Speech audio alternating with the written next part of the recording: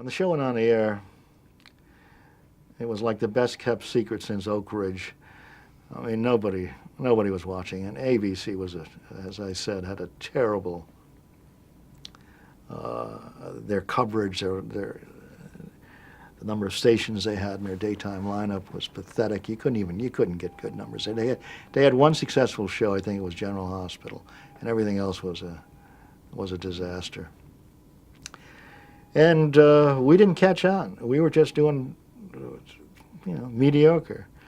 And as we got past the first 13 weeks, I knew we were going to be history. We weren't going to make it. And I came home one day, and my kids said to me, "Daddy, why don't you make the show scarier?" And this was like your normal Gothic story. You've heard about locked rooms, and you never got involved with the supernatural. However, the sounds that you heard in the night were not ghosts. They weren't. And I figured, why the hell not? Let's make it really scary. What have I got to lose? I'm going off the air. No one's ever done anything like this. I'll let it rip. So I went in the next day, and I changed the storyline to include a ghost. And the first day that the ghost appeared, the ratings shot up. I couldn't believe it. I said, my God. Now I figured, well, if that worked, I mean, that was just a kind of a pathetic nothing. Why don't I really go after him? So I started to make this story much scarier and much spookier.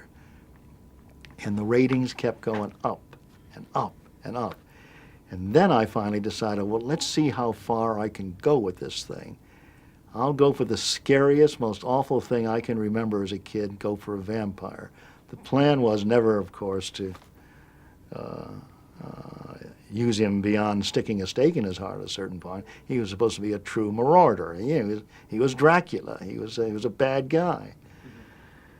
And when we put the vampire on, forget it. I mean, the ratings went through the roof. I have never seen anything like this in my life. And ABC then started to use it as a sledgehammer. In order for a station to get the show, and everybody wanted the show now, they said, well, you can't delay it. You can't run it at 11 o'clock at night. You have to run it in our live time period. If you don't take it live, you can't have it. And that's how they cleared, a schedule that could compete with all the other networks. Because the stations wanted it so bad, they took it live. And this is the thing that made their daytime schedule. The plan was to cast a guy that we were going to kill off in a very short period of time, but just to try and make it as scary as possible. And I was going to London in pre-production on, I was going to do Dr. Jekyll and Mr. Hyde, that Rod Serling was writing the screenplay on. And I was over there, and I left it up to my people to send me pictures of actors that had come in to read for the character of Barnabas, who was named by Bob Costello, I might add. He came up with the name out of the Bible. And they sent me a bunch of photographs, 8 by 10s, headshots. And there was one photograph. It was an 8 by 10. It was a guy on a stage, and the stage, the entire proscenium was in the 8 by 10, and he was about this big. And he was wearing, I'll show you how bright I am, he was wearing a cape.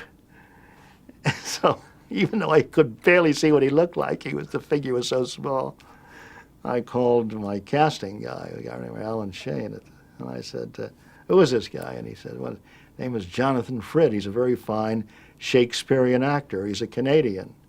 And I said, he can really act, right? And he said, oh, yes, he's wonderful. He's wonderful. I said, all right, cast him.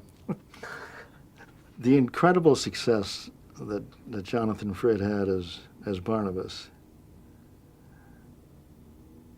I think it would take a lot of psychiatrists to figure out exactly what it was.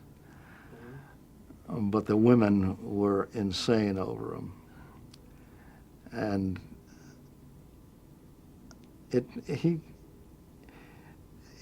he probably had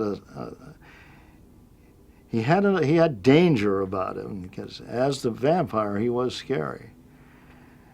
But there was a vulnerability as well, and the storyline did not hurt that, because when we tried to perpetuate, when I realized that I couldn't kill off this monster, and I had to find a way to bring a vampire back every day, I had to figure out some way to make that happen. And that's when I decided to make him the reluctant vampire, the guy who didn't want to be a vampire. Well, and then he became a tragic figure. And women, it just got crazier and crazier.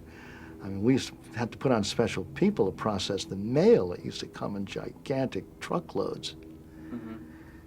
But he has, or had, a haunting quality about him. And he may have been terrified the first season. You know, John was never great at his lines. You know, sometimes he'd be caught turning from one camera to another just to get a look at the teleprompter. But he was able to pull that off okay. But he brought a very gothic, romantic quality to this role that I guess will live forever.